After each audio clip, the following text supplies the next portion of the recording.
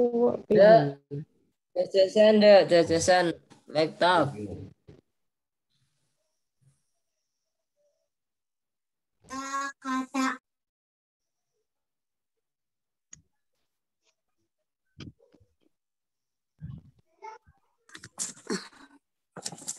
Bismillahirrahmanirrahim. Assalamualaikum warahmatullahi wabarakatuh. Waalaikumsalam warahmatullahi Waalaikumsalam warahmatullahi wabarakatuh.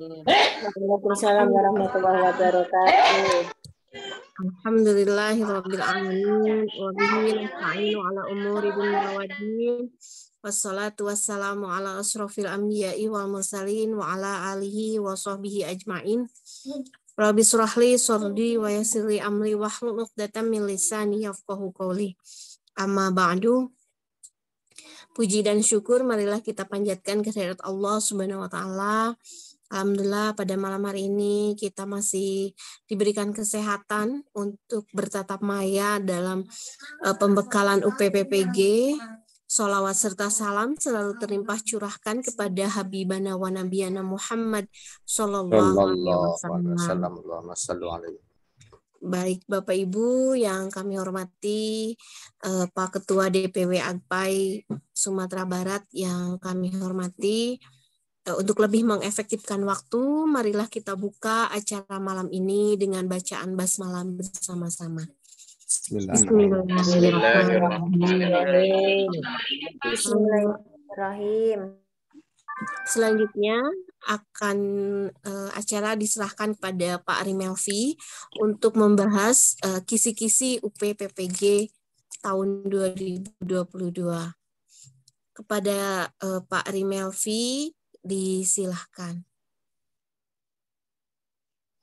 Baik, auzubillahi minasyaitonirrajim. Bismillahirrahmanirrahim. Assalamualaikum warahmatullahi wabarakatuh. Waalaikumsalam warahmatullahi wabarakatuh. Alhamdulillah wassalatu wassalamu ala Rasulillah sallallahu alaihi wasallam la nabiyya ba'dah amma ba'du. Allahumma shalli wa sallim ala sayyidina wa nabiyyina wa habibina Muhammad wa ala alihi wa ashabihi wa man tabi'ahu bi ihsanin ila yaumiddin. Subhanaka la ilma lana illa ma 'allamtana innaka antal alimul hakim. Hasbunallah wa ni'mal wakil, ni'mal maula wa ni'man nasir. Rabbi syrah li sadri wa yassir li amri wahlul 'uqdatam min lisani yafqahu qawli. Rabbana yassir alaina wa la tu'asir, Rabbana tammim bil khair, la haula wa la quwwata illa billahil aliyil azim. Bapak Ibu yang sangat kami hormati, para peserta tryout dan pembekalan UPPPG PAI tahun 2022.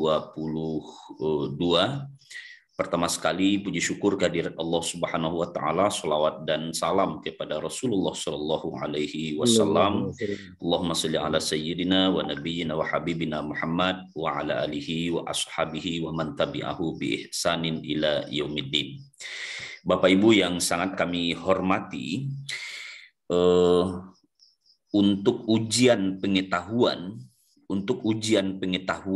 PPG PAI bagi teman-teman yang saat ini sedang mengikuti PPG, perlu kami sampaikan kepada Bapak Ibu sekalian bahwa ujian pengetahuan itu menjadi salah satu penentu kelulusan. Nah, kalau umpamanya RPL, kemudian UKIN, dan sistem perkuliahan Bapak Ibu selama ini, nilainya ditentukan oleh dosen, nilainya ditentukan oleh pamong, dan lain sebagainya, termasuk ujian praktek. Tetapi Bapak Ibu sekalian, untuk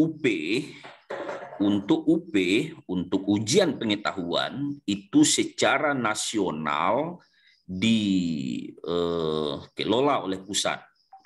Bapak Ibu akan mengikuti UP nanti, ujian pengetahuan serentak se-Indonesia, dan itu tersentral di pusat. Soal-soalnya dari pusat, kemudian lagi nilainya otomatis.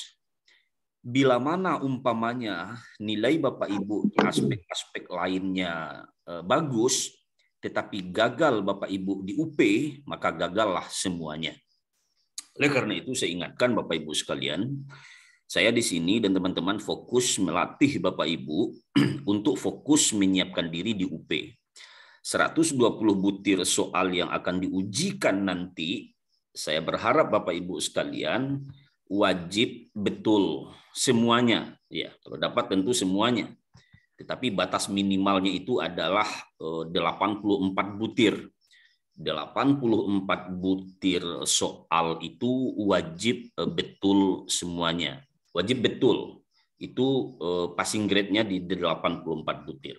Tetapi untuk cara aman kita Bapak Ibu sekalian di angka 100 butir. Jadi ada 120 butir soal, 120 kisi-kisi. Bapak Ibu setidaknya 100 butir soal bisa Bapak Ibu kuasai.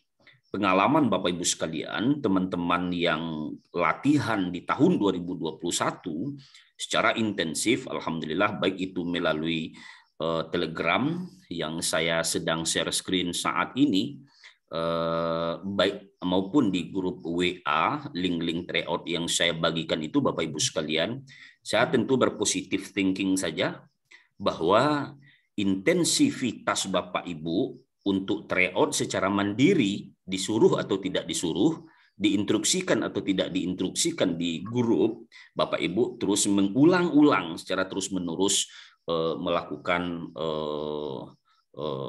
mengerjakan soal-soal tersebut. Nah, Bapak Ibu sekalian, gunanya kita mengerjakan soal-soal ini adalah tidak lain tidak bukan untuk melatih mental kita berhadapan dengan soal-soal dan menggiring kita menguasai materi-materi.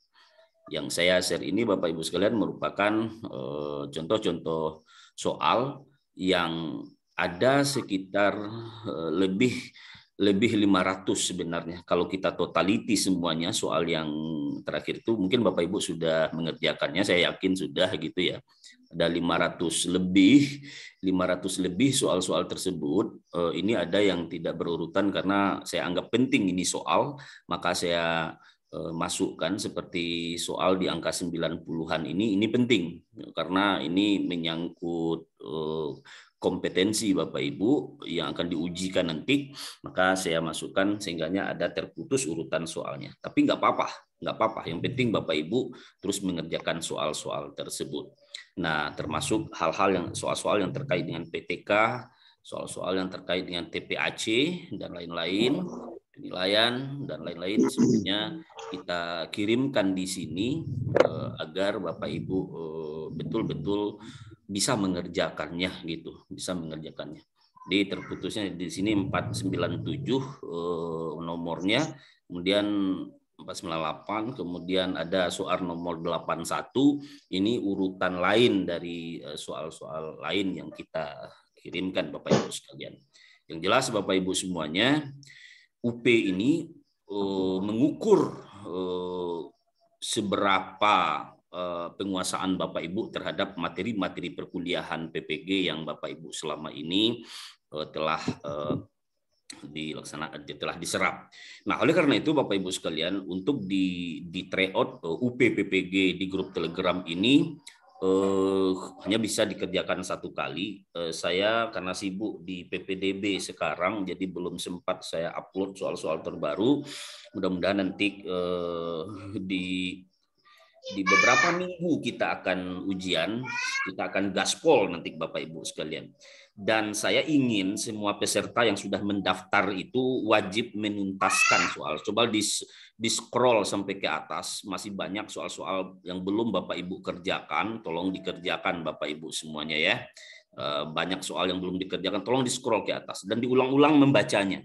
Diulang-ulang membacanya dan dilihat kuncinya ada di mana. Contoh ini, soal 448 ini kuncinya ada di B, berarti Bapak Ibu sekalian bisa melihat menggiring Bapak Ibu kuncinya ada di mana.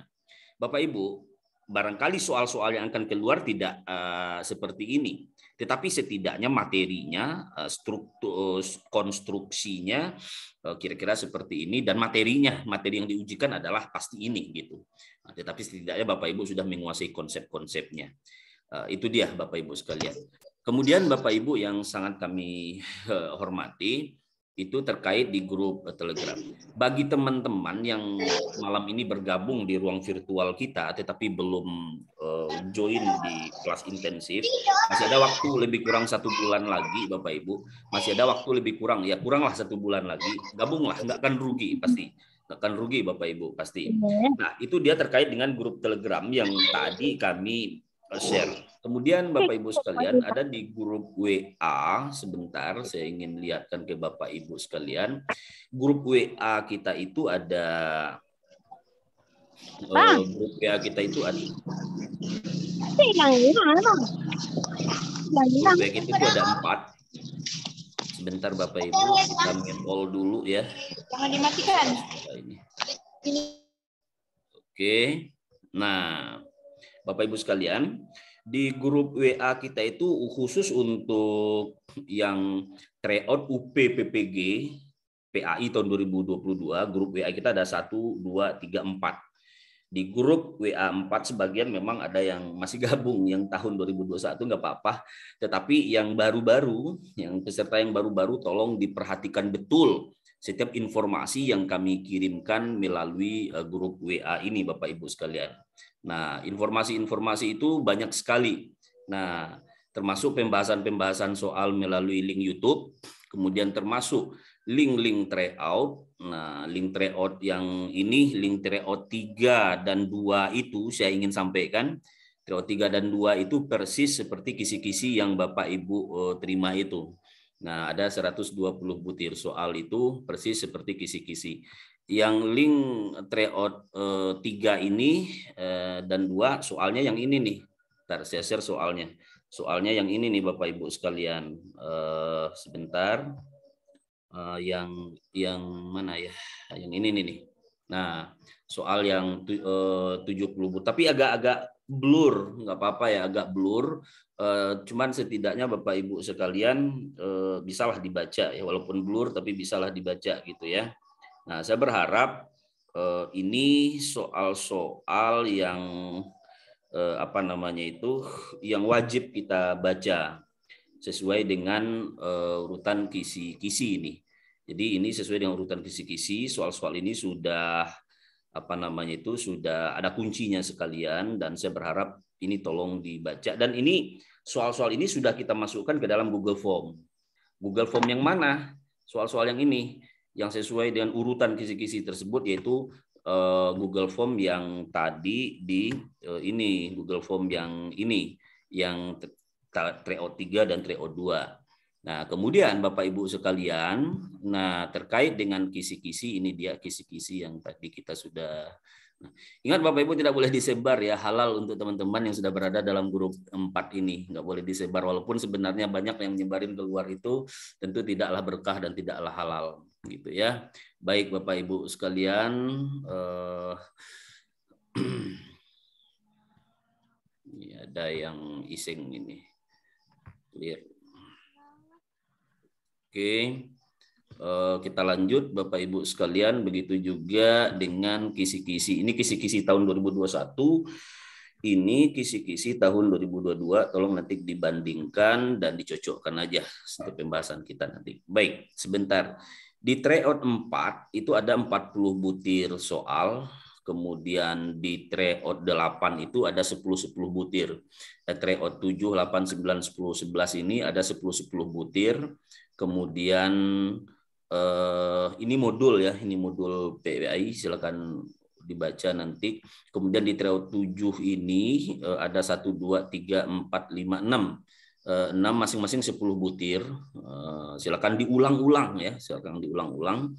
Nah, pengalaman mereka yang PPG tahun 2021 yang sudah lulus dan sudah menikmati sertifikasi saat ini, latihan intensif, latihan dan mengulang-ulang materi. Jangan terlalu pede sebab saat ujian bisa jadi under expectation. Nah, jadi jangan terlalu pede dulu. Latihan penting Bapak Ibu. Kemudian memastikan semua infrastruktur ujian berjalan dengan baik. Nah, kemudian ini tryout 5 ini ada 40 butir soal, 40 butir soal, dan ini soalnya, ini hasilnya bisa dicek nanti ke hasilnya itu. Nah, hasilnya itu nanti coba saya klik dulu hasilnya. Nah, ini dia. Bisa dilihat hasilnya Bapak Ibu? Bisa dilihat nggak? Bisa, Pak. Bisa. Bisa. Nah, ini kita tengok udah berapa ribu yang mengerjakan ini nih. Waduh, udah berapa ribu orang yang mengerjakan ini. Ternyata udah hampir 4.000 ya. Nah, udah 4.062 orang nih yang mengerjakan ini. Saya bisa lacak orang-orangnya di sini, orangnya dari mana. Tapi apakah udah bergabung ini mereka di grup tryout saya atau tidak, Allah alam. Yang jelas yang mengerjakan ini bisa dipantau di sini. Ini ada juga yang bikin kode aja nggak dibikin nama aslinya. Nah, ini dari 40 dari 40 butir soal itu ada yang baru 13. Baru yang 13, ada yang sudah 40/40 dan ini. Karena ini bisa diulang-ulang. Nah, udah 4.060 kali lebih soal yang tadi dikerjakan. Nah, ini Bapak Ibu sekalian, dan bagi teman-teman saya berharap 40/40 hasilnya, skornya gitu. Kalau ada 40 butir soal tryout, 40 pula nilai Bapak itu seperti ini. Usman ya, seperti Pak Usman, Pak Sahrudin, Pak D ini nggak tahu siapa orangnya ini. Nah, saya berharap nih, apakah ini anggota grup kita atau tidak, wallahu a'lam bishawab. Nah, itu dia Bapak Ibu sekalian. Kemudian lagi saya ingin coba tengokin dulu bentar Bapak Ibu sekalian, yang ini nih, yang ini itu yang di tryout 5 ya, yang di tryout 5 yang tadi. Bentar. Kita liatin dulu yang di tryout berikutnya itu ada di link ini. Nah, ini. Nah, file-file soal itu. Halo Bapak Ibu, dengerin. Itu. Tolong dengerin, oi. Di mute dulu.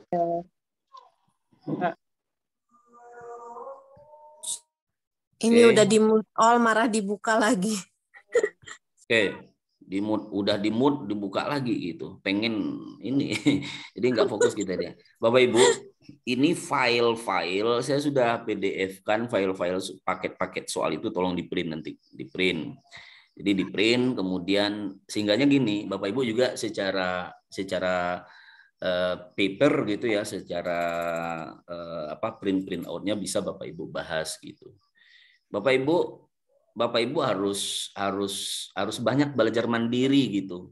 Jangan ditunggu instruksi dulu. Bapak Ibu harus banyak belajar mandiri. Nah, oleh karena itu nanti termasuk nyimak video-video. Ini tryout 2. Tryout 2 ini kita tengok. Di tryout 2 ini 50 butir soal, kita tengok yang ngerjainnya udah ribuan juga, kalau saya tidak salah nih yang ngerjainnya. Entah dari mana nih pesertanya, ribuan gitu ya. Nah, saya dapat bocoran link-link itu udah nyebar kemana-mana gitu ya. Bagi bapak-bapak ibu yang gabung di grup ya kita nggak apa-apa, tapi kalau keluar kan kasihan juga. Kita bapak ibu membayar, sedangkan teman-teman yang lain tuh terima enaknya aja gitu kan. Itu kan nggak fair juga gitu. Kemudian Bapak Ibu sekalian, kalau saya bandingkan dengan teman-teman yang mengikuti kegiatan-kegiatan bimbel dan pembekalan lain, saya kemarin dapat bocoran mereka sampai bayar 800.000, sampai bayar 250.000, 600.000, macam-macam. Kalau kita tidak sampai Bapak Ibu lulus, ikutilah pembekalan ini. Cuman 100.000, 150.000 dulu yang Bapak Ibu berinfak. Ini sudah 3.785. Terakhir dikerjakan oleh Bu Lini Yuliza itu tanggal 28 bulan 6 2022 jam 18.39. Nah, ini Bu Yuni Yuliza, saya terpantau di sini Bapak Ibu sekalian. Nilainya 49/50, tinggal 1 poin lagi. Pak Sahrudin mengerjakan 50/50. Nah, ini dia Bapak Ibu sekalian, dan ini penting untuk diulang-ulang gitu ya. Nah, begitu juga dengan link-link lainnya. Nah, itu dia. Kemudian Bapak Ibu sekalian, pada malam ini saya ingin coba melihatkan kisi-kisi daripada UP Bapak Ibu nanti. Bapak Ibu akan ujian nanti. Kisi-kisinya mungkin Bapak Ibu sudah terima ya, yang ini nih. Betul nggak ini kisi-kisinya Bapak Ibu? Bapak Ibu betul nggak ini kisi-kisinya? Iya, Pak. Iya. Nah, Betul, Pak. betul kan? Betul, Ini Pak. Bapak Ibu harus paham gitu. Disajikan narasi tentang tanah di satu daerah yang disewakan oleh pemiliknya kepada perusahaan. Berarti nanti akan ada cerita nanti. Seseorang menyewakan tanahnya ke perusahaan. Nanti Bapak Ibu dapat menentukan konsep zakat tanah yang disewakan. Konsep tanah yang disewakan gitu. Bapak Ibu bisa menentukan siapa yang mengeluarkan zakatnya nanti dan seterusnya. Nah, Bapak Ibu sekalian, taksonominya ada di C5, ada di sedang ya. Untuk apanya? Tingkat kesukaran soalnya ada di sedang. Ya ada mudah, ada sedang, ada sulit gitu. Konsep zakat ini, zakat tanah yang disewakan ke perusahaan oleh pemiliknya, bisa kita lihat di sini nanti Bapak Ibu sekalian. Bentar. Nah, ada dua, soalnya bisa dilihat di sini. Bapak Ibu masih bisa lihat share screen saya Bapak Ibu ya.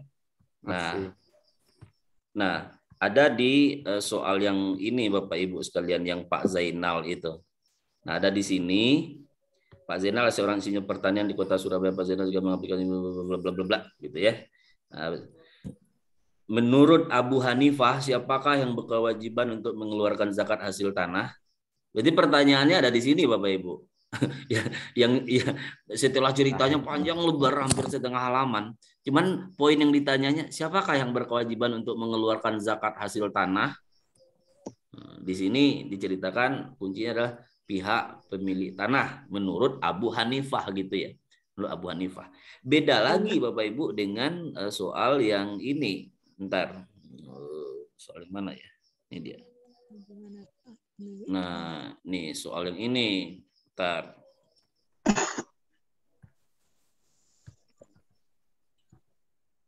Nah, ini dia. Nah, Bapak Ibu sekalian, di sini diceritakan menurut jumhur ulama. Kalau tadi menurut Abu Hanifah, sekarang menurut jumhur ulama. Ini sama kan konsep itunya, konsep kisi-kisinya masih sama kan Bapak Ibu? Nah, ini dia konsep kisi-kisinya tanah yang disewakan. Nah, menurut jumhur ulama yang diperkuat oleh firman Allah Subhanahu wa taala surah Al-An'am ayat 141, jika tanah itu disewakan kepada orang lain, siapa yang wajib mengeluarkan zakat hasil tanah yang disewakan? Jawabannya adalah si penyewa. Itu dia. Nah, di sini ada 4 butir soal kalau saya tidak salah. Nah, kemudian lagi Bapak Ibu sekalian, dengan berkenaan dengan tanah yang disewakan, kedua-duanya baik si pemilik tanah maupun si penyewa sama-sama wajib mengeluarkan zakat. Ini menurut pendapat Abu Zahra. Jadi kita dudukkan konsep yang mengeluarkan zakat tanah yang disewakan. Kemudian jika tanah disewakan kepada orang lain, yang membayar sewa adalah yang mempunyai tanah dengan alasan tanah itu hasil yang diperoleh, tanpa tanah tak akan dapat dihasilkan apa-apa. Jadi pendapat ini menurut ulama Abu Hanifah. Nah, ini yang tadi menurut Abu Hanifah. Kemudian yang keempat, Bapak Ibu sekalian, berikut ini tokoh ulama yang berpendapat bahwa penyewa tanahlah yang wajib membayar zakat kecuali. Nah, jadi ulama berpendapat bahwa penyewa ialah yang membayar zakat tanah yang disewakan. Muhammad Saltut, Imam Malik, Imam Syafi'i, Imam Ats-Tsauri, dan Imam Ibnu Mubarak. Jumhur ulama ini mengatakan bahwa penyewa yang membayarkan zakat. Di sini ada kata-kata kecuali. Nah, di sini ada kata-kata kecuali. Ingat, jangan Bapak Ibu nanti terjebak dengan kata-kata kecuali. Nah, kecuali Abu Hanifah. Abu Hanifah mengatakan tadi yang mengeluarkan zakat tanah sewaan itu adalah pemilik. Nah, kelar ya Bapak Ibu terkait dengan tanah yang disewakan itu.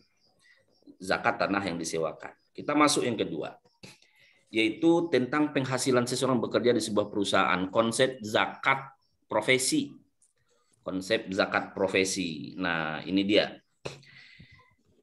Ini dia di soal tryout kita sudah dimunculkan soal ini. Ini Bapak Ibu harus menguasai juga konsepnya ini. Arti kata begini, Pak Ahmad adalah seorang karyawan BUMN, setiap bulan mendapat gaji 8 juta. Dari gaji tersebut Pak Ahmad mengeluarkan keperluan pokok rumah tangga 1 juta, membayar sekolah 2 anak 1 juta, membayar cicilan rumah 550.000 dan membayar listrik 100.000.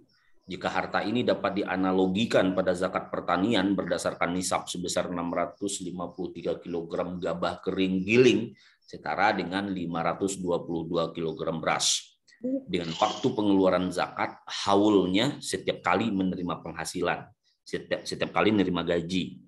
Sementara harga beras per kilogramnya 8.500. Berapakah Pak Ahmad harus membayar zakatnya? Maka rumusnya adalah ini, Bapak Ibu sekalian, di sini ada dijelaskan rumusnya begini. Nah, yang pertama menentukan nisab dulu. Dalam hal ini 8.500 dikali 522. 8.500 ini dikali 522. Nah, sama dengan 4.437.000. Artinya dia wajib membayar zakat profesi karena penghasilan dia adalah 8 juta gitu ya.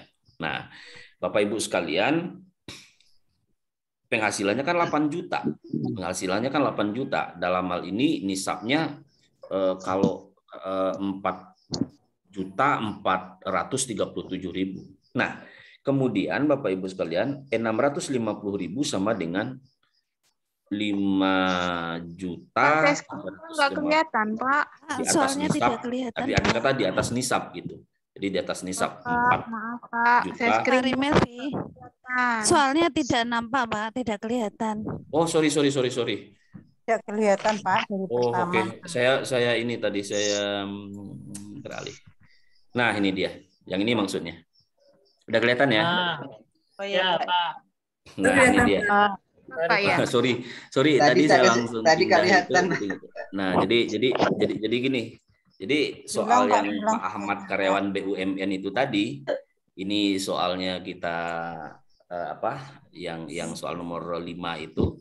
Nah, jadi cara mencarinya itu tentukan nisab dulu dari soal ini. Dalam hal ini nisabnya 8.500 kali 522 kilogram itu 4.437.000. Nah, artinya dia wajib membayar zakat profesi karena penghasilan dia adalah 8 juta. Udah melebihi nisab gitu ya, sampai nisab gitu. Nah, kemudian 650.000 sama dengan 5.350.000 di atas nisab. Jadi 5.350 ini udah di atas nisab gitu Bapak Ibu. Maka Pak Ahmad membayar zakat profesinya adalah 2,5%. 2,5% kali 5.350. Jadi isinya adalah 133.750. Jadi jawabannya adalah C. Nah, Bapak Ibu sekalian, itu terkait dengan konsep zakat ini, zakat zakat Profesi, Pak. Zakat profesi. Kemudian berikut lagi, nah, jauh kali larinya ke bawah ini. Sebentar Bapak Ibu. Kita ini.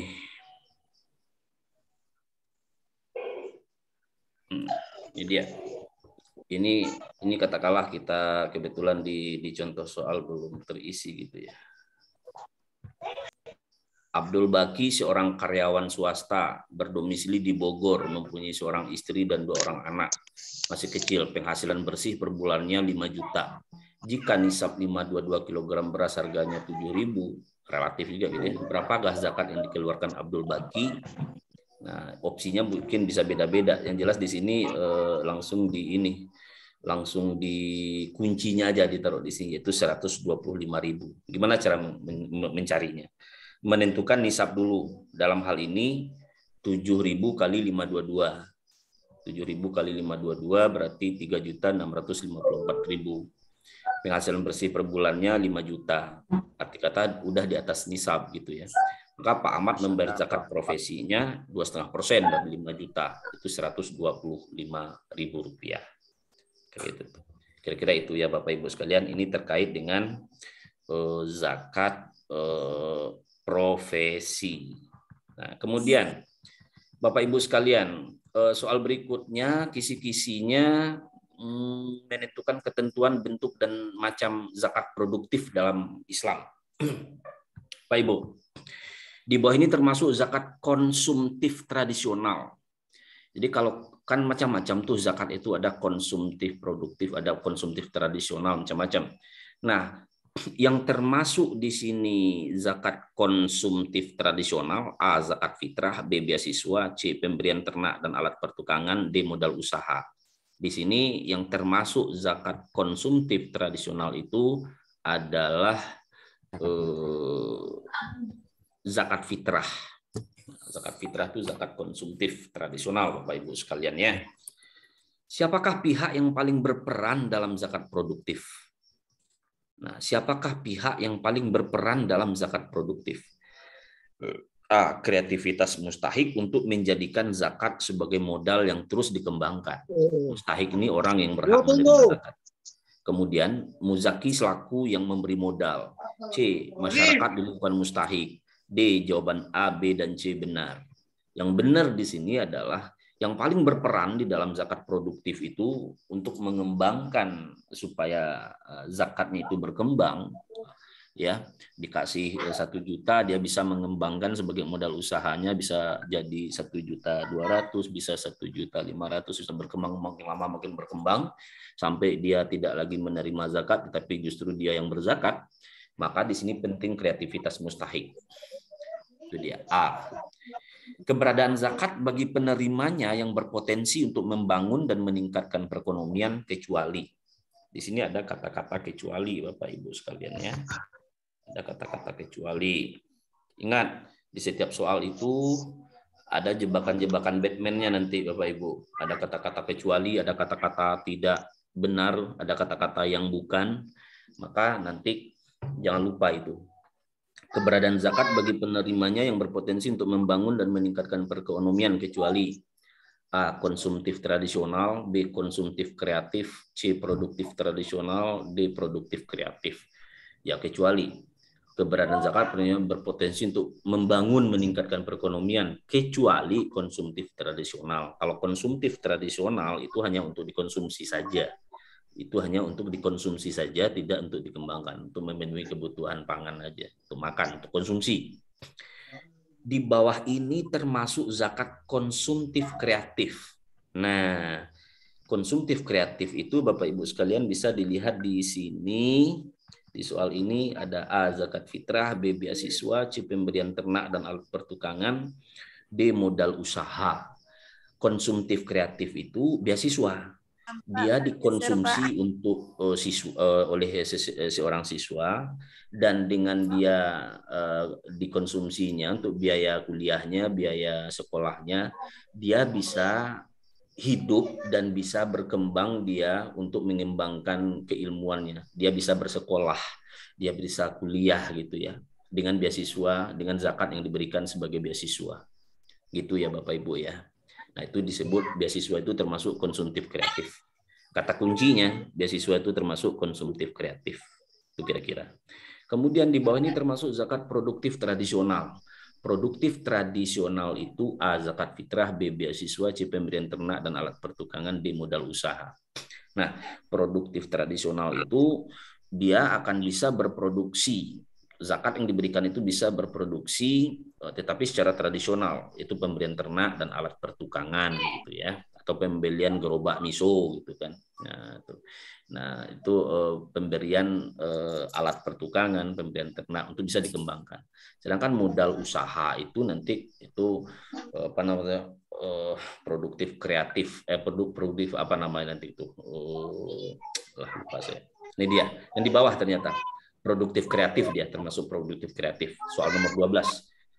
Yang termasuk zakat produktif kreatif itu adalah modal usaha. zakat fitrah, beasiswa, pemberian ternak dan alat pertanian. Di sini maksud adalah modal usaha untuk produktif kreatif. Kemudian Bapak Ibu sekalian, kita lanjutkan lagi. Pak, sebentar, Pak. Alasan adanya zakat produktif. Waduh, sebentar Bapak Ibu. Alasan adanya zakat produktif dengan memberikan zakat kepada mereka untuk bisa dijadikan sebagai modal usaha adalah di bawah ini. Jelas saja nomornya nih Pak. Hah? Udah nomor 13 Pak. Alasan adanya zakat produktif dengan memberikan zakat kepada mereka untuk bisa dijadikan sebagai modal usaha adalah di bawah ini. Fuqara dan masakin memiliki keahlian yang dapat dikembangkan apabila memiliki modal. Banyak fuqara dan masakin yang ingin usaha tapi mereka tak memiliki modal. Dapat meningkatkan status ekonomi dan sekaligus mengembangkan keahlian yang mereka miliki. Alasan-alasan ini semuanya benar. A, B, dan C benar gitu ya. Jadi alasan kenapa zakat produktif itu diberikan kepada para mustahik. Nah, kemudian kita lanjut dulu pembahasan kita Bapak Ibu sekalian. Waduh, sebentar saya perkecil dulu. Nah ini lari-lari page-nya. Lari-lari dia, sorry Bapak Ibu sekalian. Lari itu itu Pak ya. Nah, menurut Abdurrahman Hasan, Imam Zahra, Abdul Wahab Khalaf bahwa berkenaan nisab zakat profesi adalah A. Seharga emas 93,6 gram, B. Dikiaskan dengan zakat pertanian yang pengairannya menggunakan mesin yaitu 5%, C. Sekurang-kurangnya 5 wasak atau 300 sak atau sekitar 930 liter atau 653 kg. D. Jawaban B dan C benar. D. Jawaban B dan C benar. Ini menurut Abdurrahman Hasan, Imam Abu Zahra, Abdul Wahab Khalaf. Nisab zakat profesi itu dikiaskan dengan zakat pertanian, pengairannya 5%, sekurang-kurangnya 5 wasak atau 300 sak atau sekitar 930 liter atau 653 kg. Oke. Bentar, kita selesaikan sampai nomor 16. Sesungguhnya keberadaan zakat produktif itu dapat dibenarkan karena sesuai dengan A. Al-Baqarah 273, B. Al-Baqarah 275, C. Al-Baqarah 279, D. Al-Baqarah 230. Ini keberadaan zakat produktif. Nanti tolong dicek. Bapak Ibu kalau ada yang ragu-ragu jawaban nanti di skip aja dulu, kita kita cocokkan dengan jawaban yang benar. Mana tahu ada yang keliru kuncinya gitu ya. 16. Mengeluarkan zakat profesi dengan cara ta'jil. Ta'jil itu menyegerakan. Ajil. Masih ingat Bapak Ibu belajar bahasa Arab dulu kan? Nah, mengeluarkan zakat profesi dengan cara ta'jil adalah mengeluarkan dengan segera pada saat menerima gaji. Nah, itu dia. Maka di kita yang pegawai negeri gitu ya, atau yang pegawai perusahaan itu otomatis dipotong langsung gaji kita untuk zakat. Seperti saya juga itu otomatis dipotong langsung gaji saya untuk zakat profesi. Jadi takjil itu mengeluarkan dengan segera pada saat menerima gaji. Mengeluarkan segera pada waktu tempat ini. Jadi kuncinya ada di A Bapak Ibu sekalian. Gitu ya. Kemudian berikutnya Bapak Ibu sekalian, kita lanjut dulu kisi-kisi nomor 4. Diberikan deskripsi tentang distribusi pembagian zakat. Stop. Kita tengok dulu apa benar kisi-kisi nomor 4 itu bunyinya. Kita lihat dulu. Pembagian zakat pembangunan masjid. Ya, kita lihat kisi-kisi nomor 4. Diberikan deskripsi. Bentar. Ternyata benar Bapak Ibu. Benar Bapak Ibu. Itu ternyata bunyi kisi-kisinya. Betul Pak, betul. Diberikan deskripsi tentang distribusi pembagian zakat untuk pembangunan masjid. Di satu daerah mahasiswa dapat menentukan konsep pembagian zakatnya. Ini dia kan kisi-kisinya. Coba kita tengok soalnya. Bentar. Mana dia? Ini dia. Nah iya benar. distribusi pembagian zakat untuk pembangunan masjid di satu daerah, termasuk kelompok mana zakat untuk pembangunan masjid yang sesuai Quran surah At-Taubah yang 60 itu. Agharib ibnu sabil fisabilillah de mu'allaf. Di sini kuncinya fisabilillah gitu ya.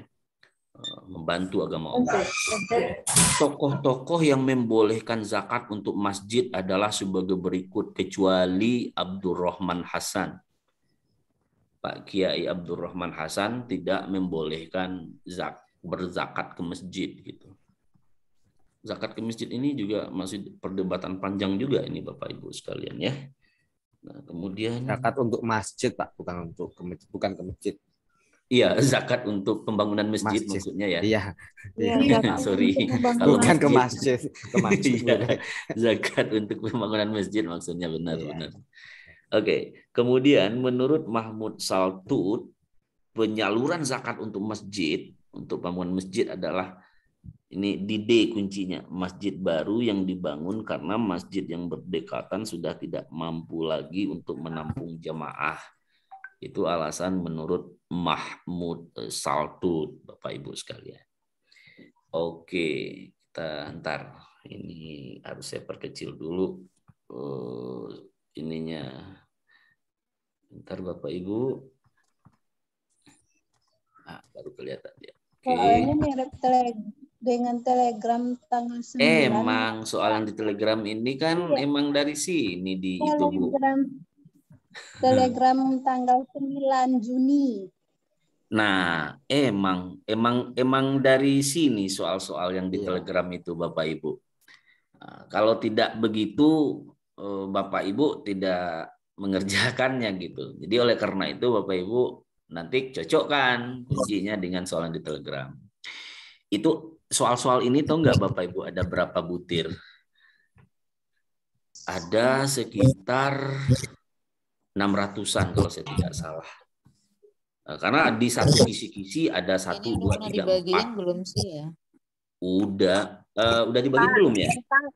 Yang di file maksudnya bukan di Telegramnya, di file WA gitu loh Pak. Kayaknya belum. Udah dibagikan di file di WA belum? Yang WA kayaknya belum deh. Belum. Kalau sesuai namanya itu kayaknya belum deh Pak. Nanti soal yang ini. Tenang aja, aku bagikan nanti. Ini deh. Oke, Pak Rimer. bagikan nanti. Insya Allah nanti kita bagikan Bapak Ibu sekalian. Tenang di aja. Di WA ya Pak. Iya anje Bu. What kendak you I let nih. Yang penting you lulus. Amin. Videonya dikirim ya Pak ya. Ya, oke. Ya, kemudian lagi ini lanjut dulu. Coba kita cocokkan. Disajikan deskripsi konseptual tentang nikah dalam Islam menurut pandangan para ulama fikih. Bapak Ibu nanti wajib bisa menyimpulkan kedudukan hukum nikah. Ada yang sunnah, ada yang makruh. Nah, ini ada contoh-contoh soalnya di sini. Bagi orang yang merindukan pernikahan dan mampu memberi nafkah, tetapi sebenarnya dia masih mampu menahan dirinya dari perbuatan zina, hukum nikah bagi dia sunnah. Bagi orang yang telah mampu memberi nafkah, jiwanya terpanggil untuk nikah dan jika tidak nikah khawatir terjerumus dalam perzinahan, maka nikah baginya hukumnya wajib.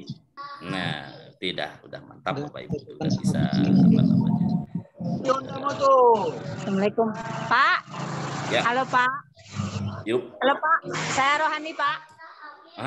Baru masuk Ibu ya? Enggak, ada tadi udah masuk Pak, tapi jaringannya lelet. Oh ya, nggak apa-apa. Biarlah jaringan lelet, yang penting gercep Ibu Rohani kencang untuk persiapan UP-nya ya. Halo Pak. Ya Bu Rohani. Tentang soal-soal tentang karakteristik generasi Z enggak ada Pak. Bentar, kita tengok ya. Di bagian-bagian akhir itu soalnya. Kita skip ke bawah. Generasi Z. Bapak Ibu nanti dicocokkan aja. Generasi Z kah, generasi X kah gitu ya. Nah, jadi nanti di sini ada ini laporan, ini soal-soal Bapak Ibu di halaman 117 ini soal-soal tentang laporan penelitian ya. Kemudian ini juga ada materi-materi di sini loh Bapak Ibu. Manfaat kreatur ilmiah di sini dan seterusnya, dan PTK. Kemudian ada yang TPACK itu ada nanti di ini soalnya di sini nih. Ntar, sabar. Suaranya putus-putus, Pak. Ya, jaringan Tuntun itu aja kali. sih, Pak. Jangan diacak-acak belajarnya. Nah, Ya Pak, lebih baik diurutkan aja Pak. diurutkan. Setapatnya Nah, nggak jadi nanti masalah. Baik, kita nanti di generasi Z itu nanti sejalan dengan kata karakteristik abad 21 itu Bapak Ibu sekalian. Karakteristik abad 21 itu nanti akan sampai soal itu ke sana Bapak Ibu. Nah, kita baru sampai di sini ya. Nah, ini sampai di pernikahan. Nah, kita bahas agak berapa? Ini dia yang tadi. Nah, ini tentang hukum. Bisa jadi nanti yang akan keluar soalnya hukum nikah yang haram, hukum nikah yang wajib, hukum nikah yang sunat. Dia nanti akan berupa soal cerita. Contoh begini. Siapalah kita contohkan ya. Contoh. Pak Oyon adalah seorang yang memiliki nafsu yang tinggi, contoh. Contoh gitu ya. Kemudian dia apa namanya itu, bla bla bla bla lah gitu ya. Nanti yang ditanya nanti hukumnya gitu. Yang ditanya nanti apakah hukum nikah bagi Pak Oyon gitu kan. Ada kalanya wajib, ada kalanya sunnah, ada kalanya makruh. Nanti disesuaikan dengan konteks soalnya Bapak Ibu. Insya Allah kalau untuk hukum-hukum nikah Bapak Ibu udah menguasai secara Nah, kemudian lagi ini untuk monogami. Apa bedanya monogami dengan poligami Bapak Ibu? Kalau poligami beristri lebih dari satu aja, ya. Pak. Kalau monogami beristri satu aja. Berikut ini tujuan dari perkawinan atau pernikahan monogami, kecuali. Nah, ini kecuali, ada kecualinya di sini nih Bapak Ibu. Naluri kebapakan dan keibuan berkembang dalam menaungi anak di masa kanak-kanak serta tumbuhnya rasa kasih sayang. Ini kuncinya. Kecuali untuk mengantarkan keluarga akan lebih mudah dan memberikan landasan dan seterusnya. Monogami itu beristrikan satu orang. Naluri kebapakan dan keibuan berkembang dalam menaungi anak di masa kanak-kanak serta tumbuhnya rasa kasih sayang. Pernyataan di atas jika dikaitkan dengan pernikahan lebih tepat diposisikan sebagai hikmah nikah.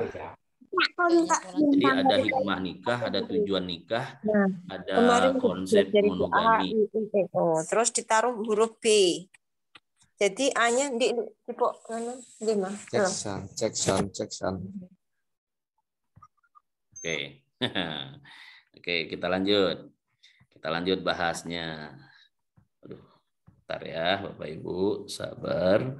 Nah, kemudian lagi memberikan landasan dan modal utama dalam pembinaan kehidupan rumah tangga yang harmonis, sejahtera dan bahagia. Pernyataan ini jika dikaitkan dengan pernikahan lebih tepat diposisikan sebagai tujuan pernikahan. Ada hikmah pernikahan, ada tujuan pernikahan. Salah satu hikmah dari sebuah pernikahan adalah membagi-bagi pekerjaan dan membatasi tanggung jawab pekerjaan kepada suami dan istri. Ini menurut Sayyid Sabiq. Menurut Sayyid Sabiq itu pendapatnya. Nah, itu Bapak Ibu yang barusan kita bahas baru 6 kisi-kisi. Baru 6 kisi-kisi. Di kisi-kisi nomor 7. Kisi-kisi nomor 7 apa bunyinya?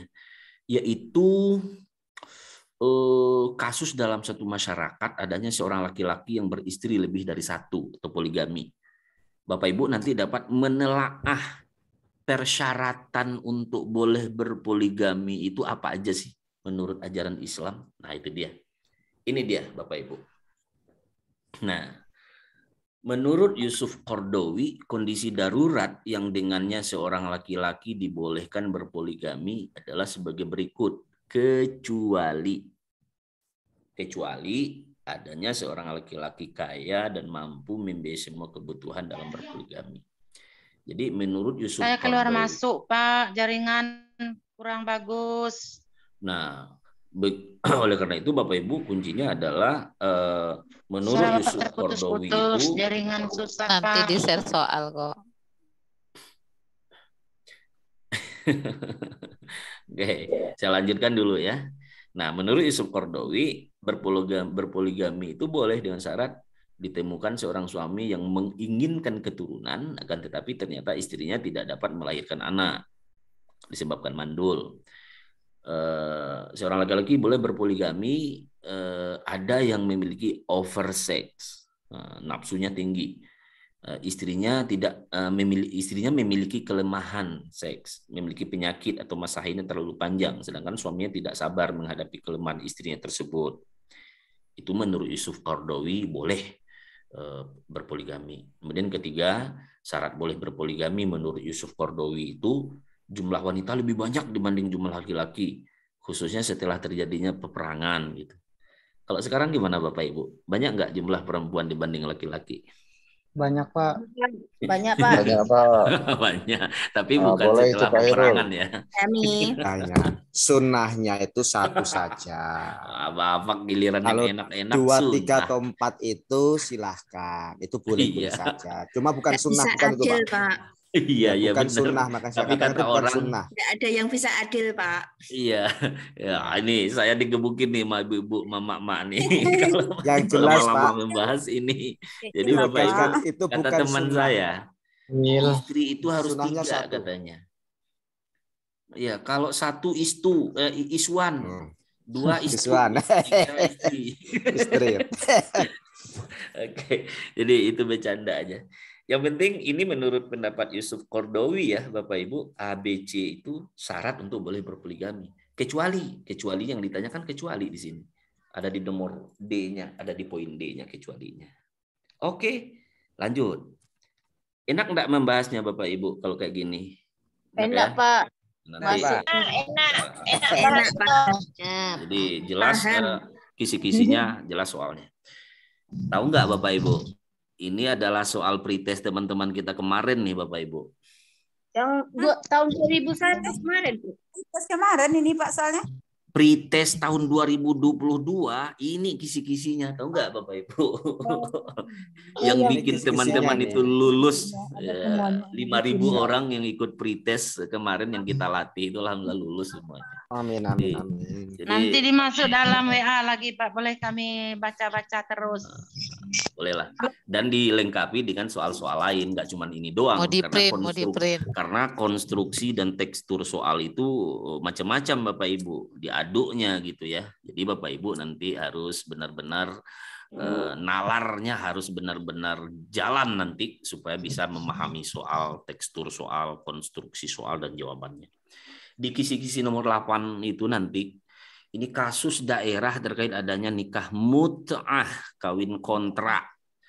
Contoh, ada di satu daerah itu kan ada terjadi nikah mut'ah, kawin kontrak dilakukan oleh laki-laki dan perempuan setempat. Bapak Ibu nanti bisa menyimpulkan hukum nikah mut'ah dalam ajaran Islam. Kalau hukumnya kan haram ya Bapak Ibu ya. Itu udah diputuskan haram. Nah, alasan-alasan diperbolehkannya nikah mut'ah di zaman Nabi.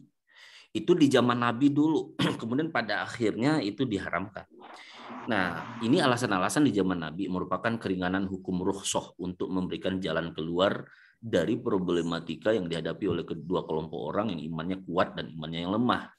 Kan zaman-zaman di awal Islam itu kan banyak kebiasaan-kebiasaan yang harus dirubah oleh masyarakat pada waktu itu. Dia sebagai langkah perjalanan hukum Islam menuju ditetapnya kehidupan rumah tangga yang sempurna untuk mewujudkan semua tujuan pernikahan. Kebiasaan jahiliyah itu dulu kan ngeri-ngeri sedap kita Bapak Ibu sekalian ya.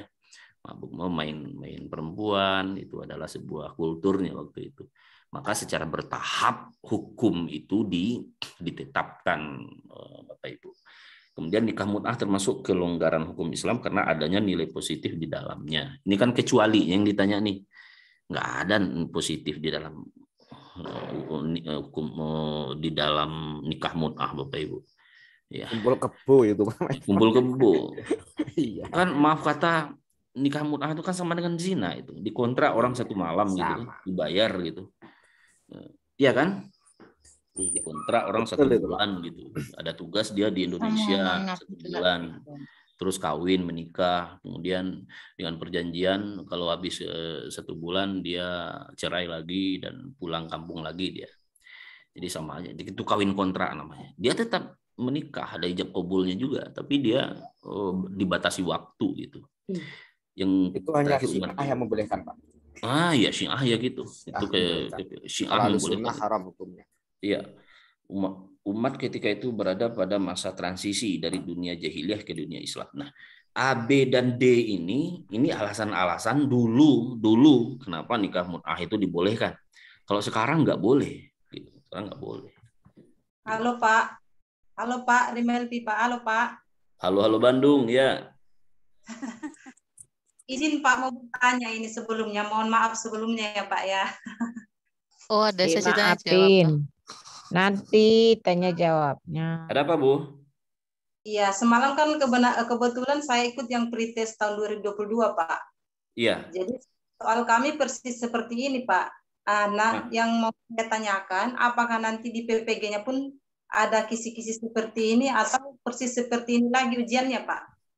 Bapak Ibu, yang jelas tekstur dan konstruksi soal itu pasti beda, tapi materinya pasti ini, itu dia. Itu yang harus dipegang ya Bapak Ibu ya. Tekstur dan konstruksi soalnya pasti beda, tetapi materinya tetap ini, substansinya pasti ini yang ditanya, gitu. Oke? Sama-sama Honda, ada Vario, ada itu, ada Beat, ada Revo itu. Ya, dia tetap Honda. Sama-sama. Ada Yamaha. Honda gitu. Kalau Yamaha beda lagi tuh. Ada. Oke, kita lanjut. Pernyataan berikut ini adalah alasan yang dikemukakan oleh jumhur ulama tentang penetapan hukum mut'ah adalah haram kecuali bagian dari hak suami untuk memperlakukan istrinya, ya kecuali ini yang nggak benar. Kecuali itu jawaban yang tidak benar. Kebolehan nikah mut'ah itu sudah dihapus hukumnya, menimbulkan mudarat bagi kehidupan keluarga, terjadi perlakuan diskriminatif terhadap wanita. Wanita itu kan pengen dimengerti, Bapak Ibu. Iya, meski nggak tahu mengerti karena apa. Tapi Bapak jangan berharap Bapak akan dimengerti oleh sepenuhnya oleh wanita. Gitu.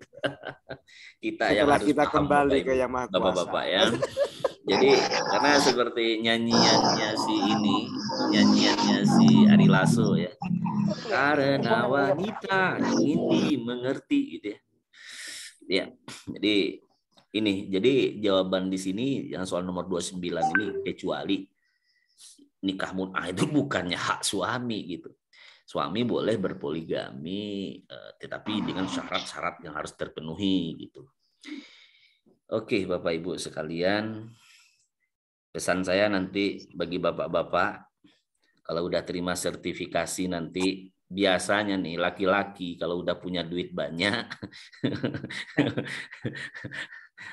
kadang-kadang pikiran, kadang-kadang melalang buana gitu ya. Nah, begitu juga ibu-ibu kadang-kadang kalau udah punya duit banyak, gaji gede, terima 10 juta per bulan, ya kadang-kadang si bapak. Nah, jadi nanti Bapak Ibu kita syukuri nanti sertifikasinya, kita bangun keluarga yang semena-mena, mentang-mentang. Ya, keluarga yang harmonis lah untuk membesarkan anak-anak. Di kalangan sahabat, orang yang secara tegas mengharamkan nikah mut'ah adalah Umar bin Khattab. Nikah mut'ah merupakan nikah yang diperbolehkan pada zaman Nabi dengan banyak pertimbangan. Namun setelah itu dilarang karena bertentangan dengan syariat. Itu dikarenakan adanya ta'qid. Ta'qid itu artinya pembatasan waktu. Oke, next kita lanjut. 10 kisi-kisi aja malam ini ya. Nanti Bapak Ibu wajib. Jadi kita pembekalannya nanti setelah membahas 10 kisi-kisi, Bapak Ibu wajib ngerjain soal lagi, ulang lagi nanti dipantau di grup. Bagi yang belum join, rugi nanti kalau nggak join ya. Join lah. supaya intensif latihannya. Kisi-kisi nomor 9 disajikan data dan informasi tentang industri perbankan. Wis, ini industri perbankan nih Bapak Ibu sekalian. Mahasiswa Bapak Ibu nanti bisa menyimpulkan bedanya bank konvensional dengan bank syariah. Ini pembahasannya nih Bapak Ibu. Halo. Halo. Nah, materinya ada di sini nih. Baca dulu materinya ini, ada fungsi dan kegiatan bank, prinsip dasar, risiko usaha, struktur pengawas, kemudian baru nanti ada soal. Nah, ada soal ini dia. Lembaga keuangan yang berfungsi utamanya untuk menghimpun dana yang kemudian disalurkan kepada orang atau lembaga yang membutuhkan guna investasi, penanaman modal dan usaha-usaha yang produktif secara sistem bunga, itu adalah A. Bank konvensional, B. Bank non-Islam, C. Bank muamalat. Jawabannya adalah D. Jawaban A dan B benar. Kalau pakai sistem bunga itu bank konvensional dan bank non-Islam gitu. Kalau bank muamalat itu bank Islam. Tengok soal nomor 33. Termasuk bank Islam di sini adalah bank muamalat. Ya. Bank muamalat contohnya. Nah, suatu lembaga yang berfungsi utamanya menghimpun dana untuk disalurkan kepada orang atau lembaga yang membutuhkan dengan sistem tanpa bunga. Nah, kalau yang tanpa bunga, tapi sistemnya mudharabah, muqabarah, atau bagi hasil, itu bank Islam. Bank Islam ya, bukan bank umum, bukan bank konvensional, bukan bank pemerintah.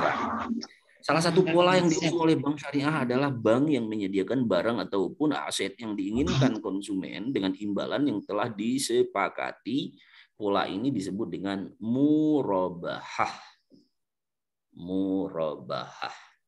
Bapak Ibu harus nanti dengan istilah-istilah murabahah, mudharabah gitu ya Bapak Ibu. Nah, ini salah satu pola yang diusung oleh bank syariah adalah layaknya pemesanan barang ataupun aset tertentu dari nasabah kepada pihak bank. Dalam pemesanan tersebut, pembayaran dilakukan pada awal transaksi. Pembayaran di awal transaksi, sedangkan barang baru akan diberikan di kemudian hari. Pola ini disebut dengan pola salam. Pola salam. Kemudian salah satu pola yang diusung oleh bank syariah adalah layaknya pemesanan barang ataupun aset tertentu dari nasabah kepada pihak bank. Dalam pemesanan tersebut, nasabah dapat melakukan pembayaran di tengah ataupun di akhir pemesanan. Pola ini disebut dengan pola istisna. Nah, gitu ya, kuncinya.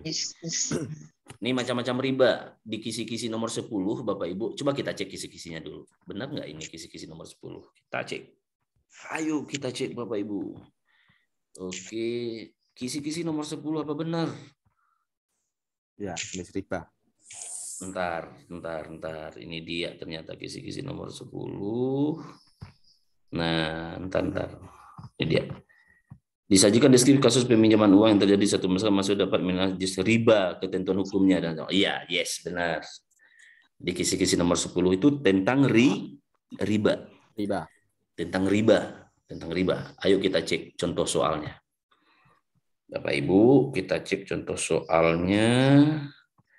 Ini dia contoh soalnya Bapak Ibu sekalian. Nah, ada materinya di sini. Target jawabannya Bapak Ibu bisa paham tentang riba fadl. Kemudian Bapak Ibu juga paham tentang riba qard, riba jahiliyah, ribayat, riba nasi'ah. Kemudian lagi, ini tulisan Arabnya agak kacau nih Bapak Ibu, sorry. Ini laptopnya belum disyahadatkan, sorry. Ini tulisan ayatnya agak kacau, sorry, karena laptopnya belum disyahadatkan. Ini riba menurut Yusuf Qardawi, menurut Sayyid Sabiq. Nah ini dia nih contoh-contoh soalnya. Ayat Al-Quran yang mengharamkan riba secara berlipat ganda, Ali Imran 130. Ayat Al-Quran menghalalkan jual beli dan mengharamkan riba, Al-Baqarah 275. Di bawah ini nama lain riba nasi'ah kecualinya konvensional. Riba nasi'ah memiliki 3 unsur kecualinya ini nih, tambahan pembayaran ditanggung oleh pihak bank. Jadi riba nasi'ah itu memiliki 3 unsur. Ini dia A, B, dan D. Ini 3 unsur. Terdapat tambahan pembayaran atau modal yang dipinjamkan. Tambahan itu tanpa risiko kecuali sebagai imbalan dari tanggung waktu yang diperoleh si peminjam. D. Tambahan itu disyaratkan dalam bentuk pemberian piutang dan tenggang waktu, kecuali tambahan pembayaran ditanggung oleh pihak bank. Nah, itu dia Bapak Ibu sekalian pembahasan kita 10 kisi-kisi dengan contoh-contoh soal. Bapak Ibu kita akan intens belajar Bapak Ibu sekalian sampai nanti di jadwal tesnya. 10 kisi-kisi itu wajib Bapak Ibu kuasai malam ini. Kita belajar itu harus bertarget. Nah, jadi sehingga terkait dengan 10 kisi-kisi itu secara konseptual Bapak Ibu udah bisa menguasainya. Nah, mohon dipantau nanti grup itu kita, mohon dipantau nanti grup WA kita Bapak Ibu sekalian, dan juga mohon nanti dipantau grup Telegram kita untuk mengerjakan soal-soal itu. Nah, nanti saya ingin lihatkan di grup Telegram itu ada di sini dia. Bagi teman-teman yang sudah mendaftar, sudah registrasi, pasti sudah join di grup ini. Scroll ke atas. Ada ratusan soal-soal yang tadi. Soal-soal yang tadi itu sudah kita masukkan di sini loh, Bapak Ibu. Tolong dikerjakan. Begitu juga kita belum sampai nih membahas soal yang ini. Soal yang apa namanya itu, yang satu lagi yang di link tryout kita itu. Nah, nanti di grup WA kita Bapak Ibu, ini dia ada grup 1, 2, 3, 4. Tolong Bapak Ibu nanti pantau ini ya, di sini nih link-link tryout yang ada di sini nih. Ya. Tolong dipantau dan dikerjakan. Saya tidak bisa mengawasi Bapak Ibu harus itu, tapi Bapak Ibu harus latihan mandiri. Ya Bapak Ibu please, kalau kita ingin lulus harus latihan mandiri. Nah, kalau untuk untuk Zoom ini adalah sifatnya penguatan-penguatan, motivasi-motivasi dan pembahasan-pembahasan. Bapak Ibu sekalian yang sangat kami muliakan, di jadwal kita maksudnya di jadwal di jadwal UP-nya di sini kalau saya tidak salah, insya Allah tidak akan berubah jadwalnya di tanggal berapa tuh? Tanggal 29 ya? 29 Juli. 29 Bapak. Nah, tanggal 29. Jadi nanti Bapak Ibu di tanggal 29 dia nih. Nah, ini nih. 9. Nah, tanggal 29 Juli itu untuk angkatan 1 yang sudah selesai perkuliahannya. Nanti teman-teman yang di angkatan 2, di batch 2 itu 12-13 November. Bapak Ibu, saya ini jujur dari lubuk hati yang paling dalam, please mohon jangan ada satupun yang retaker.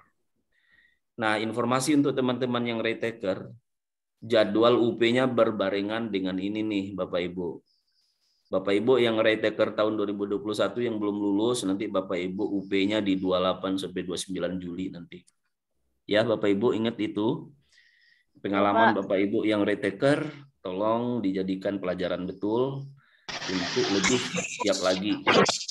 Bapak Ibu yang baru aja selesai proses kuliah akan mengikuti UP perdana, ya perdana dan terakhir, jangan ada yang kedua ya. Amin, amin ya Allah. Mohon Bapak jangan siapkan betul infrastrukturnya. Sistemnya sama kayak teman-teman yang pretest kemarin. Jangan sampai retaker seperti kami. Jangan sampai retaker. Kemudian kalau udah retaker itu retak-retak kitanya, retaker. Retak, jangan retaker. Retak-retak kita jadi kan. Jadi oleh karena itu Bapak Ibu, pertama kadang-kadang penyebab mobil aja ya. Ya, Pak. Penyebab tidak lulus itu diantaranya adalah kita tidak siap secara jaringan, secara laptop, secara infrastruktur. Jaringan bermasalah, internet bermasalah, listrik bermasalah, dan apalagi orangnya bermasalah. Saya tidak ingin mengatakan orangnya bermasalah. Nah, itu yang jadi penyebab seseorang tidak lulus itu infrastrukturnya bermasalah. Bermasalah. Laptopnya, kemudian listriknya, jaringan internetnya, dan sistem aplikasinya bermasalah. Jangan sampai. Yang kedua, betul, orangnya yang bermasalah. Orangnya yang bermasalah tidak konsentrasi, ada masalah pribadi, banyak pikiran, hati tidak tenang, tidak tentram. Bapak Ibu kalau tidak fokus, 50% materi hilang. Bapak Ibu ingat, kalau Bapak Ibu tidak konsentrasi, 50% ada gangguan. Lakinya lah yang mengganggu, anaknya mengganggu, bininya yang mengganggu, saudaranya yang mengganggu, ada orang lagi hutang segala macam. 50% konsentrasi Bapak Ibu menghilangkan materi dan persiapan Bapak Ibu. Fungsi dulu. Yang bermasalah, Bapak Ibu tak menguasai materi, kan kacau itu. Latihan nggak pernah, membaca nggak pernah, ikut Zoom nggak pernah, mengerjakan soal nggak pernah, tiba-tiba berhadapan dengan soal-soal. Bapak Ibu tidak menguasai, hantam kromo, sembarang jawab aja. Bapak Ibu, ujian ini wajib betul jawabannya. Ujian ini wajib lulus. Amin. Amin, Oleh karena itu, hindari yang 3 tadi. Bapak Ibu harus menguasai materi dengan latihan-latihan soal, tryout. Yang kedua, Bapak Ibu harus konsentrasi, fokus, serius. Yang keempat, infrastruktur Bapak Ibu harus lancar, lincir, luncur, tidak ada masalah. 2 hari menjelang ujian, Bapak Ibu udah ready. Sama kayak kemarin teman-teman yang akan ikut pretest kemarin. Wanti-wanti itu diperiksa, dipastikan satu persatu ininya. Sampai akhirnya alhamdulillah teman-teman itu lulus. Hanya saya melihat kemarin yang pretest itu, tahu nggak Bapak Ibu? Persiapan pretest teman-teman kemarin itu, bayangkan itu. Di saat 1 minggu sebelum Lebaran, 1 minggu sesudah Lebaran mereka menyiapkan. Di saat liburan. Tapi kita paksa. Jangan sampai terlena karena liburan Lebaran, saya bilang. Alhamdulillah mereka rata-rata lulus itu. Ada sekitar 5.000-an itu. Ada 5.000-an yang kita gaspol. Saya pun tidak ikut Lebaran karena juga sebagian besar di Sumatera Barat itu saya harus kunjungi ke daerah-daerah itu. Plus Zoom juga, plus rekam YouTube juga, plus juga mendampingi teman-teman di malam takbiran. Kita juga masih mengupload soal-soal di Telegram. Alhamdulillah teman-teman itu lulus. Oke, Bapak Ibu sekalian, saya aja semangat, Bapak Ibu juga harus 100 kali lebih semangat dari saya. Oke. Siap. Semangat. Saya kembalikan ke Bu Ucan. Terima kasih. Tanya dulu, Pak. Nanya, Tanya Pak. dulu, Pak. Boleh, silakan. Ya, Pak. Kira-kira untuk ujian nanti ketika UP, kan itu tadi di kisi-kisi nomor 1, 2, 3 itu berurut ya, Pak ya. Apakah nanti di UP itu bisa acak gitu, Pak? Apakah nanti di UP itu acak? Bisa jadi iya, bisa jadi tidak. Karena kita tidak tahu gitu ya. Karena tidak tahu seperti apa nanti. Bisa jadi acak, bisa jadi tidak, Pak Anam. Kita nggak tahu susunan. Yang jelas kisi-kisi soal nomor kisi 1 sampai 120 itu. Tapi kayaknya sepertinya tidak diacak. Hanya saja bentuk soal aja yang berbeda-beda mungkin nanti. Tapi substansinya itu. Halo Pak. Yuk. Halo Pak. Saya dengar Zoom hari itu dibilang sama yang pusat sana, kita itu terdiri atas 8 paket, Pak. Jadi 8 paket. 8 paket. Jadi dihabisin paket yang hari itu.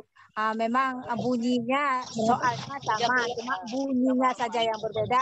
Kita di antara kita, Pak, itu tidak sama. Soal nomor 1, nomor 2 itu nggak sama, Pak. Berarti dia ya. Pengalaman 2021 kata teman diacak soalnya ya. Bukan pengalaman Pak, itu yang dibilang sama yang pusat kemarin waktu Zoom.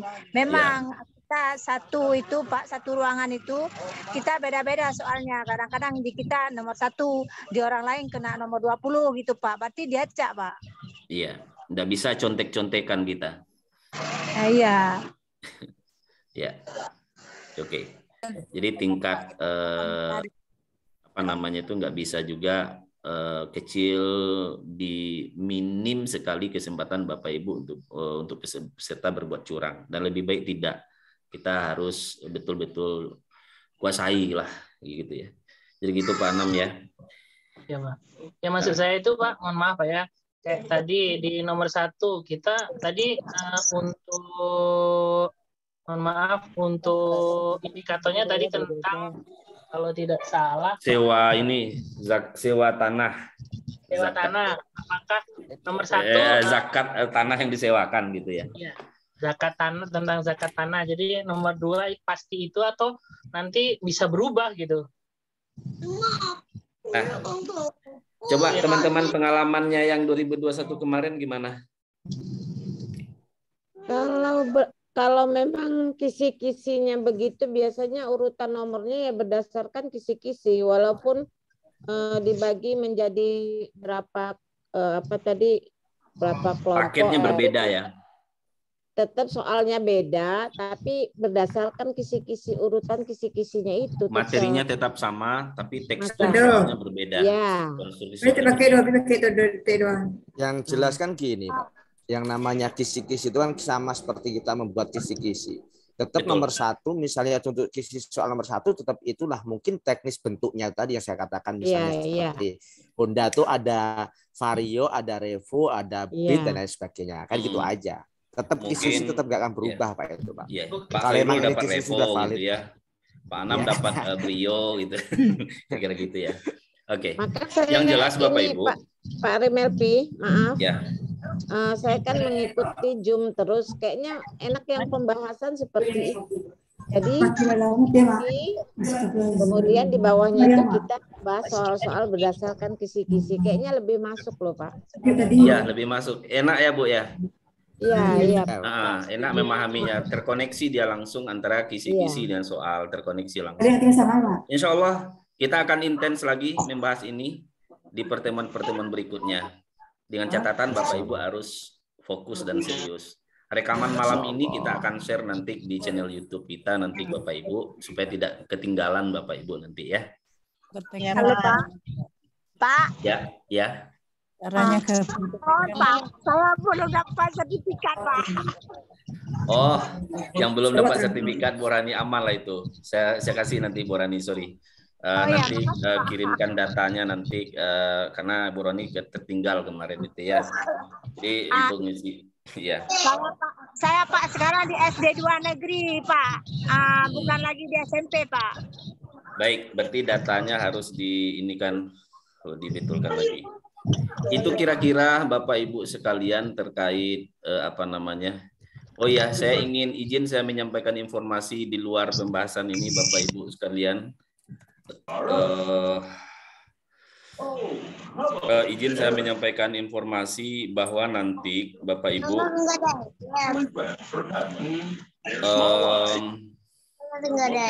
pada bulan Oktober nanti ada kongres AKPAI di Sumatera Barat. Kongres AKPAI itu nanti Bapak Ibu sekalian akan dilaksanakan di Kota Padang. Di Kota Padang, Sumatera Barat, dan Insya Allah nanti Bapak Ibu mohon kehadiran nanti akan hadir nanti Pak Wapres, Menteri Pendidikan dan Menteri Menteri Agama, dan juga ada sekitar 20.000 guru PAI se-Indonesia akan hadir nanti menghadiri kongres AKPAI nanti. Ini kebetulan tadi saya ngecek tempat nanti kita di Padang di UPI Convention Center nanti insya Allah Bapak Ibu. Mudah-mudahan Bapak Ibu nanti bisa hadir, nabung dari sekarang ya Bapak Ibu. Mudah-mudahan lulus UP-nya nanti. Dan di bulan Oktober tanggal 30 September sudah di Padang. Kemudian di 1 Oktober kita bareng-bareng di Kota Padang. Nanti bareng-bareng kita sekitar 15-20 ribu orang nanti akan hadir di Kota Padang nanti. Kapan lagi ke Padang gitu ya. Ini kita nanti di UPI Convention Hall nanti Bapak Ibu sekalian. Dipajuin lagi ya udah ya waktunya ya? Waktunya dimajukan di 1 Oktober nanti. Di 1 Oktober nanti karena tempat yang representatif itu disesuaikan dengan Hari Kesaktian Pancasila, kemudian dikondisikan dengan waktunya Pak Wapres dan Menteri Agama. Di tanggal 8 itu Pak Wapres dan Menteri Agama berada di Bali. Jadi kita majukan. Kalau dimundurkan tidak mungkin lagi karena berbentrok dengan MTQ Korpri tingkat nasional di Padang. Jadi insya Allah nanti Bapak Ibu kami sambut Bapak Ibu di di tempat yang sangat megah, yang glamor seperti tadi. Mudah-mudahan ada rezeki Bapak Ibu bisa datang ke Padang nanti ya. Bareng-bareng kita Amin, amin. Kalau lulus Pak, retakernya pasti datang. Ya, jangan ditunggu lulus lah, insya Allah ada rezeki itu. Amin, amin, amin. Kuncinya yakin dulu lah, Bismillah. Ya. Insya Allah saya yakin Bapak Ibu, feeling saya Bapak Ibu yang ikut di pembekalan dan tryout, insya Allah lulus. Energi positif itu saya usahakan keluarkan ke Bapak Ibu, tolong Bapak Ibu terima. Amin, amin, Jadi, amin. yang penting ini dari malam ini ke depan saya akan intens. Mungkin saja satu malam berikutnya kita akan Zoom lagi nih Bapak Ibu. Iya Pak, kalau bisa sering-sering Zoom Pak. Iya Pak. Bahas soal, jadi lebih cepat nangkapnya gitu kan. Ya Bu Nelly, kami Zoom Bu Nelly raun-raun di jalan, gimana ini? Beli makanan Pak. Oke, baik. Baik Bapak Ibu, itu aja dulu ya. Nanti saya kirimkan itunya. Mau nggak soal yang tadi saya share? Mau. Oke, tunggu di grup ya. Kalau teman-teman yang belum join mendaftar dulu. WA ya Pak? WA Pak. Nah, kawan-kawan yang ada di Telegram grup boleh, ini tapi Pak. belum join di grup, nanti WA saya join dulu di grup. Benarnya gini Pak, kalau boleh usul Pak. Oke, itu nomor WA saya. Oke, Bapak Ibu sekalian, itu aja. Saya kembalikan ke Teh Ucan. Oke, siap. Terima kasih. Saya udah. ingin sekali menampakkan wajah saya yang keruh, lusuh, dan penuh kecapean ini di hadapan Bapak Ibu. Tapi Ini sayang aku sekali juga belum video cuci Zoom muka, saya udah. bermasalah. Sorry. Kurang pede. Bukan kurang pede. Ini udah saya aktifin videonya tapi nggak muncul-muncul. Makanya saya tutup terus itu kurang pede. Oke, saya Driver kembalikan ke Teh kameranya Ucan. itu, Pak. Makasih Teh Ucan. Silakan. Baik. Terima kasih udah luar biasa sekali Bapak Ibu. Alhamdulillah pembekalan malam hari ini dan tidak ada yang ditanyakan lagi Bapak Ibu, sudah tadi ya langsung. Saya udah capek soalnya. Ada sedikit Bu. Sedikit. Ya, kenapa Pak? Kalau bisa di Zoom ini selalu dikasih soal yang untuk dikerjakan. Oh, siap. Seperti Ya. biasa ya. Iya, umpamanya Kayak dulu udah. ya 10 soal K, 40 soal K gitu. Oke, siap. Jangan banyak-banyak habis waktunya. Langsung dikoreksi kan. 50 butir soal itu kalau ada 2 menit satu soal berarti udah 100 menit itu mah. 10 soal. Baik, Jangan nanti mungkin banyak-banyak barangkali soalnya, link-link Pak. yang 10 butir soal itu mungkin nanti bisa kita coba. Jadi kita bisa ini kerjakan progresnya. Ya, baik. Itu nomor WA sudah saya share Bapak Ibu. Cukup ya sekalian. Bapak Ibu. Mohon maaf. Cukup Teh. Nomor WA Pak Rimelvi itu sudah ada di chat room. Silakan Bapak Ibu yang belum bergabung dengan grup UPPPG, Pretest P3K ya. Pretest P3K, tryout P3K, Pretest PPG sudah selesai dan kemarin udah aku ketemu dengan teman-teman yang di Tasik yang udah lulus Pretest. Mereka minta juga untuk persiapan katanya gimana. Tenang Bu, ini masih lama. Yang batch 2 juga belum gitu. Harapan kita ini teman-teman yang udah lulus pretest itu segera dipanggil PPG. Itu bergantung kepada pembiayaan sebenarnya. Biaya bantuan dari Pemda, biaya dari pemerintah pusat, dan biaya dari LPDP. Harapannya sih Pemda-Pemda membantu biaya PPG teman-teman. Itu harapannya Bapak Ibu sekalian. Dan itu sudah banyak Pemda yang turut serta turun membantu.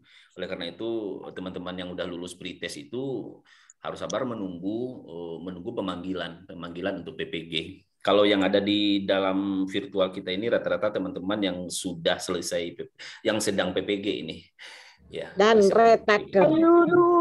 Dan retaker. Mudah-mudahan dipermudah ya tahun ini Bapak Ibu dan mudah-mudahan lulus semuanya, insya Allah. Amin. Amin.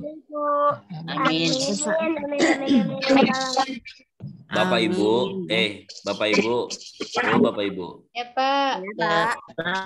Duit sertifikasi itu luar biasa enak dan berkah loh. Ya Pak. Ya. Lagi duit P3K. Bapak Ibu wajib lulus. Ular. Jadi nanti Bapak Ibu, kalau Bapak Ibu tidak lulus, saya kecewa banget, saya kecewa berat gitu. Saya aja umur 34 tahun sudah lulus sertifikasi.